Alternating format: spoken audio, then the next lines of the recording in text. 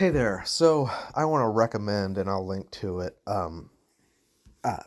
Petra Renata spent some time to do a Daniel 70-week study.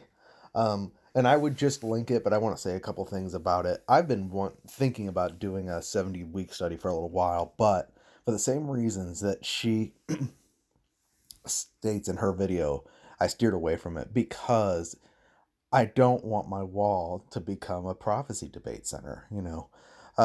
But there's some very clear-cut things about Daniel's 70-week prophecy um, that if you approach it with a sober mind, which the only way to study that is with a sober mind, it is right brain academic.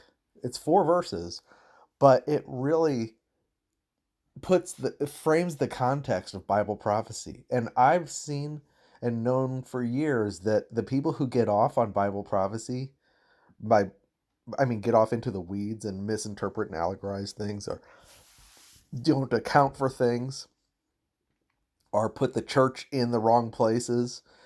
It's because of neglect of those 4 verses. Believe it or not, it's that important. Jesus is the one who tells us to read and understand Daniel in order to understand the end. He says in Matthew 24, "When you therefore shall see the abomination of desolation spoken of by Daniel the prophet, let him who reads understand, standing in the holy place." That is the marker for what he says is the Great Tribulation. Tribulation unlike anything that has ever been seen on the earth or ever will be. Now that includes the flood of Noah, and that includes the Holocaust.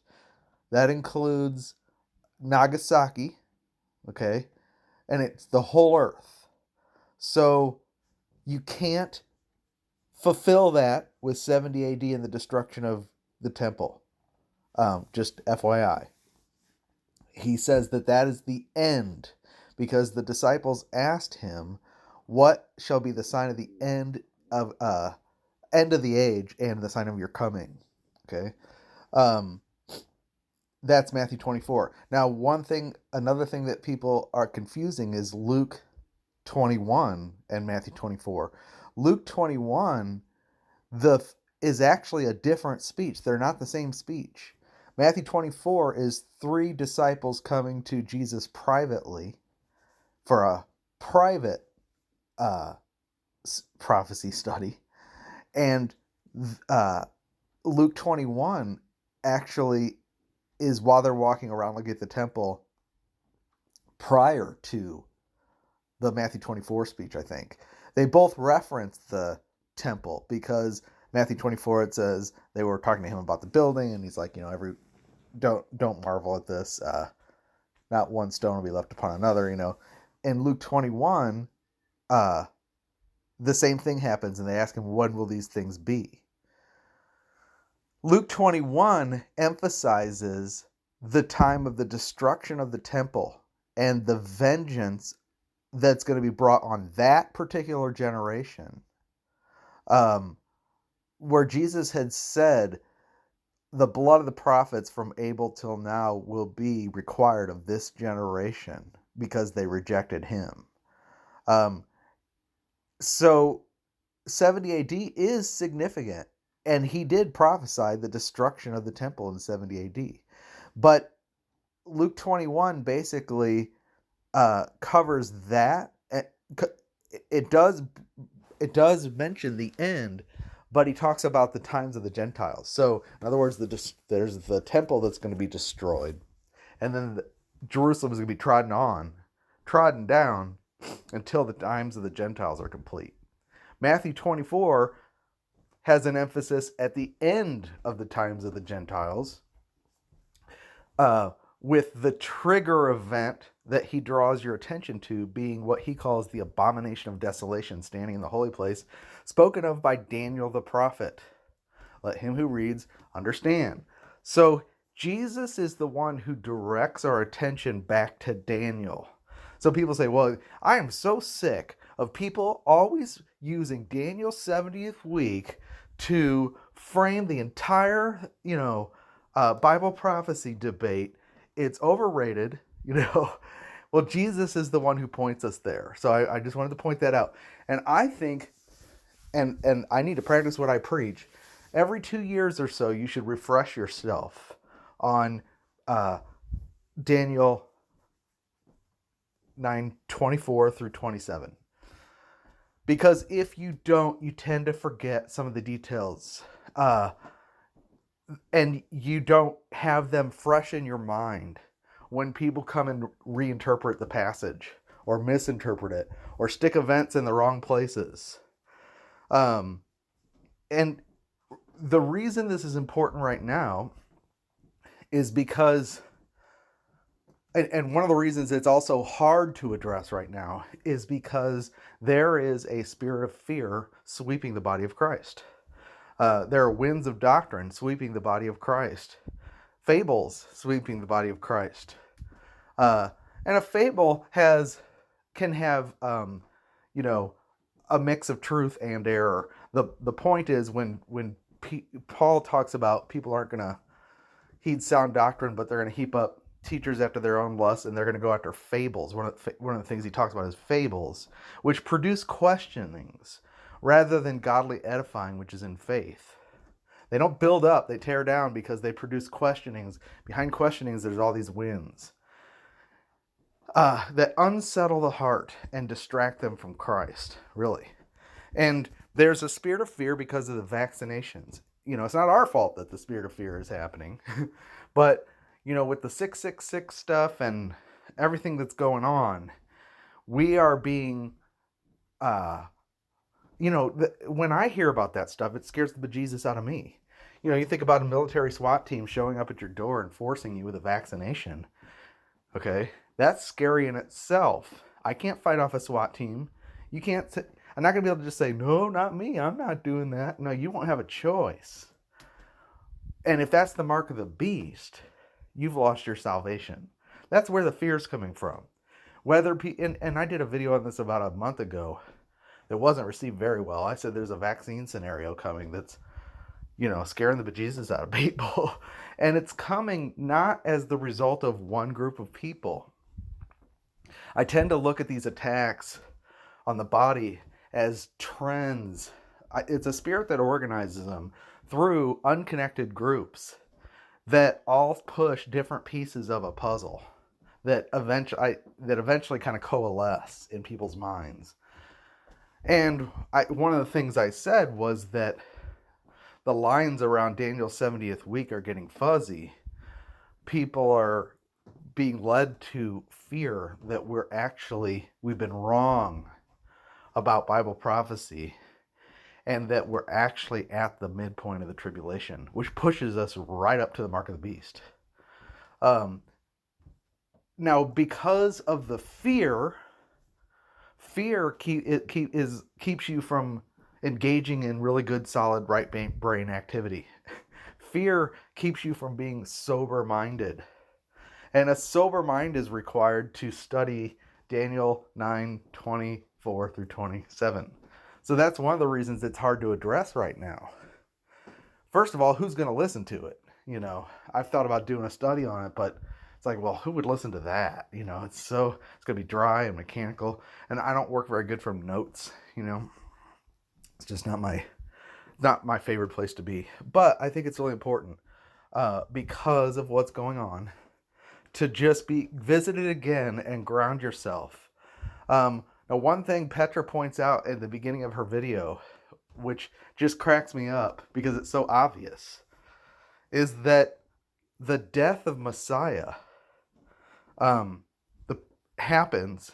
The death of Messiah and the destruction of the city and the temple happen between the 69th week and the 70th week. Now, that's important because what's happening is many people are trying to say, and this is not something new, that the first 3.5 years of Jesus' ministry were the first half of the 70th week. And then when it talks about the sacrifice being cut off in the midst of the week, it's talking about his death. Okay? So then you've only got 3.5 years left, and that's the tribulation.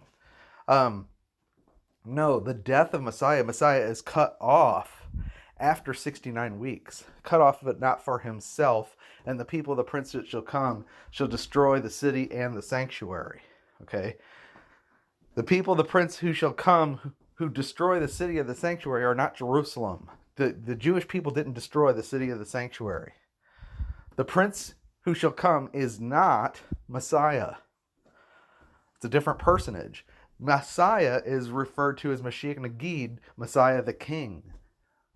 But the prince who shall come is also referred to in other places in Daniel.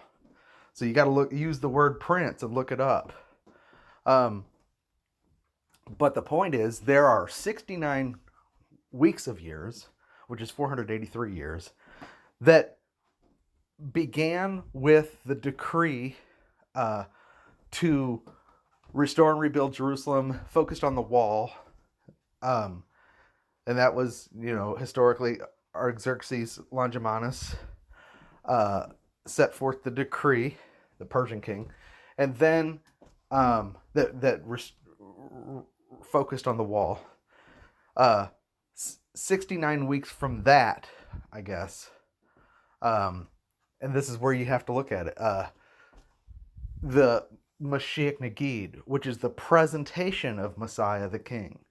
And that refers to the triumphal entry, and it was Sir Robert Anderson that calculated it was exactly 178,330 days from the decree to the day that Jesus presented himself as a king. And he said at that time to the Jews, Jerusalem, Jerusalem, you killed the prophets. I would long to have gathered you, but you would not. Behold, the things that make for your peace are hidden from your eyes, and you will not see me again until you say, blessed is he who comes in the name of the Lord. And that was the beginning of the partial blindness of Israel that led to the ultimate rejection of Christ, which had him crucified. And that blindness, according to Romans 11:25, is in place until the times of the Gentiles, until the fullness of the Gentiles comes in. So that is a shift, and that's referred to in Luke 19, which shortly after he has the Luke 21 speech where he refers to the times of the Gentiles, which is related to the fullness of the Gentiles. And in Romans 11:25, Paul says, I would not have you ignorant of this mystery, that partial blindness has happened to Israel until the fullness of the Gentiles comes in, and then all Israel shall be saved. As it is written, out of Zion shall come forth the deliverer. There is a period of time called the times of the Gentiles. And that period of time corresponds with when Christ was executed, and when the city and the sanctuary were destroyed, and then Jerusalem being trodden down by the Gentiles for an indeterminate period of time, according to Luke 21, until the time of the end.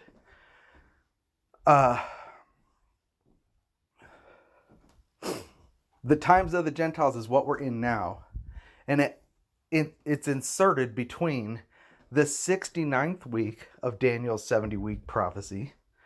It's inserted between the first 483 years and the final week of Daniel's 70th week prophecy, which is the last 7 years. And this is where we get 7 years. Now, it is true that the tribulation is actually only 3.5 years. Unfortunately, people have taken to calling the 70th week the tribulation, and that's not really true. It's really the first half is sorrows, but the second half, beginning with the abomination of desolation standing in the holy place, which is the same event that Paul is talking about when he says, then shall that wicked one be revealed, whose coming is after Satan with all power and signs and lying wonders. And he's in the temple, and he exalts himself above all that is called God and demands to be worshipped, which corresponds with Revelation 13. That's the same thing where they institute the mark, and that's where they demand that he be worshipped and create an image that can move and speak, and the false prophet, all that stuff is pointing to that event, the abomination of desolation, which Jesus said, then the end shall come, and there will be great tribulation. So the Great Tribulation is the last 3.5 years, and it's 42 months and 1,260 days. It's defined very clearly for us, many places in scriptures. That is the second half of Daniel's 70th week. Daniel's 70th week did not include the first 3.5 years of Jesus' ministry, and then he was cut off. No, he was cut off before the 70th week. Between the 69th week and the 70th week is Messiah will be cut off, but not for himself, and the city and the sanctuary shall be destroyed, and the times of the Gentiles. That whole, when you look at it just in Daniel, if you were living in Daniel's day, you wouldn't understand how long that gap is. But I guarantee that in 70 AD, when the temple was destroyed, those who knew this prophecy started to understand we're going to be here for a while. 2,000 years, come on. Now, the people who studied this were the brethren. And the brethren, is where we get dispensationalism from. And people think that these guys were just like prophecy nuts. And that was not the case. These people had a focus on, at the time, the Reformed traditions in Protestantism had pretty much brought the church under law for sanctification. They did not understand Pauline spirituality. They understood Pauline justification, but they were undoing the implications of justification by insisting that sanctification was by works and Calvinism and all that, Well, the brethren were focused on showing the distinction between the church and Israel and the body of truth that belongs to the church, and the body of truth that belongs to Israel. What they saw was that there's a whole spirituality in Paul's epistles that only applies to those who have been baptized into Christ's death and made alive with him and have received his spirit and been made members of the body of Christ. It's a whole set of instructions for that group of people that can't apply to any other group of people. And they started to see one of the things about the times was the Catholic Church had allegorized all the promises that belonged to Israel and conferred them on the church. And that produced a mixture where the church was Israel. And therefore the church was under the law. And the covenant of Moses applied to the church. And it was just a mess. And that hadn't been sorted out yet with Luther. So they began to sort that stuff out, not for the sake of studying prophecy at first, but for bringing the church more fully under grace and bringing her out from Galatian error, Galatianism, that saturated Catholicism and Protestantism.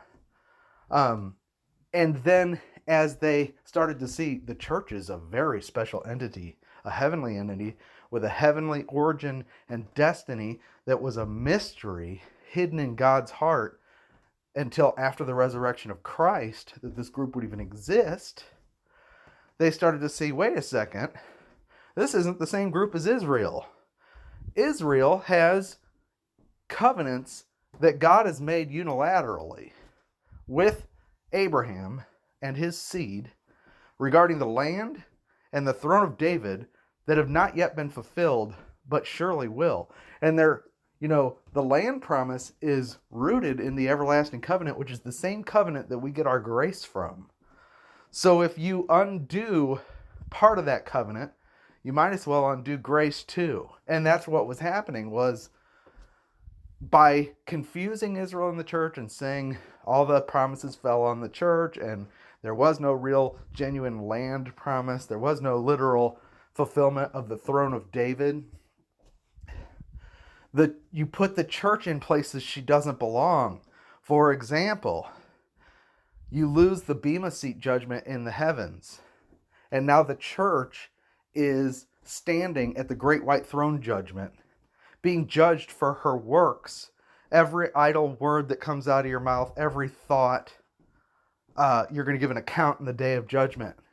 When you don't have a literal distinction between these groups, their judgments and their roles, the Jews, the Gentiles, and the church, you end up with a judgment seat that is very general and scares the bejesus out of people. And that's what happens in Reformed Christianity and Covenant Calvinism.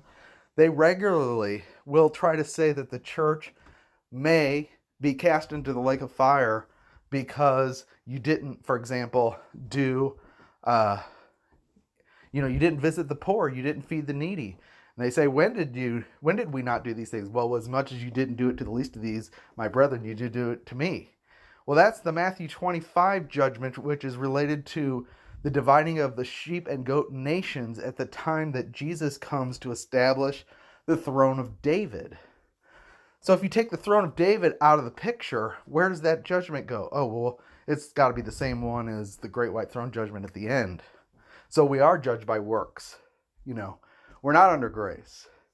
And then Matthew 7, where he says, every idle thought, you're going to be judged at the judgment for everything. Everything in your heart. Cut off your members lest you be, rather go into the kingdom lame than thrown into the lake of fire whole, right?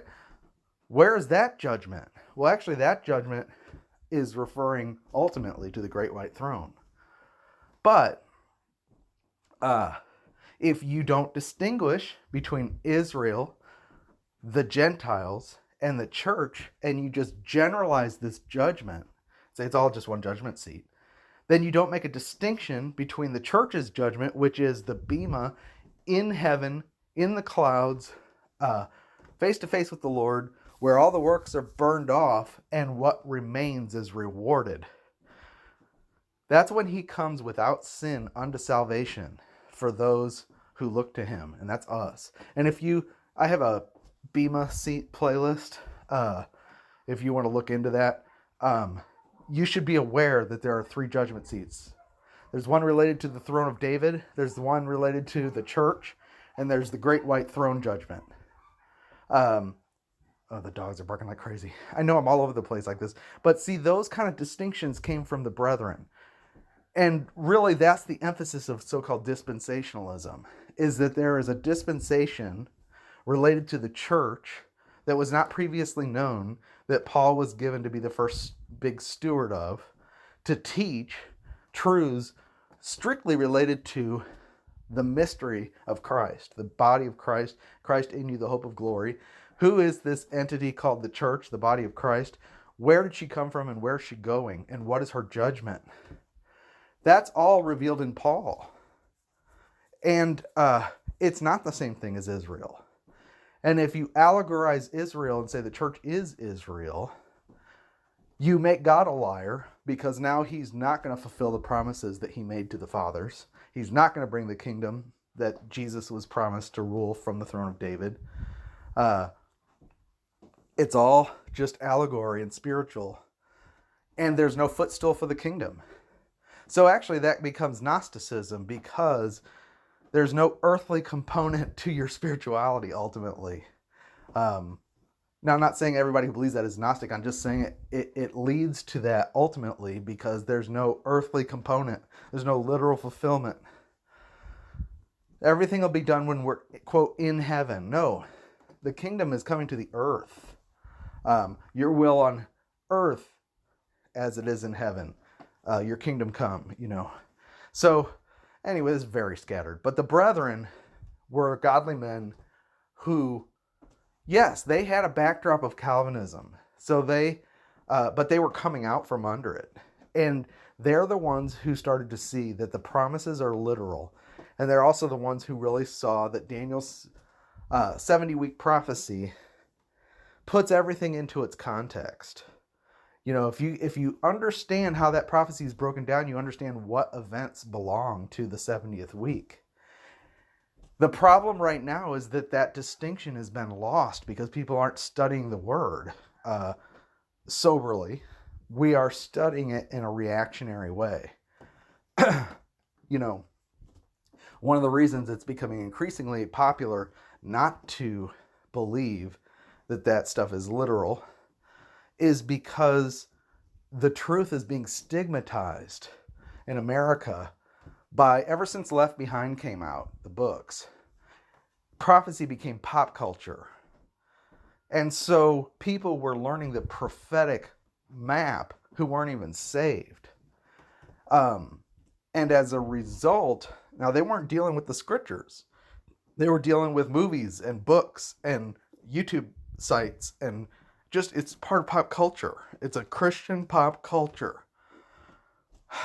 Well, anybody who is contrarian and intellectually honest and who doesn't want to be conformed to this world is going to resist that culture. You're going to say, I've got to come out of that, So as a reaction to the culture, people are accidentally trotting down on the truth. Like I said, what we're doing these days, it seems, is I don't want to be like that group of people, so those things they believe can't be right. So I'll reject everything, And in that reaction, the truth is suffering. And that's why I said it's hard to deal with these topics, because it's an emotional thing right now, especially when you couple it with winds of doctrine and spear of fear. So this is important, and I'm going to put the link to Petra's video in this. I'm going to listen to this back. This was just a scattered mess of thoughts. Let me listen back and make sure it's worth posting. I gotta let the dogs in. I'm not sure where they're barking like this.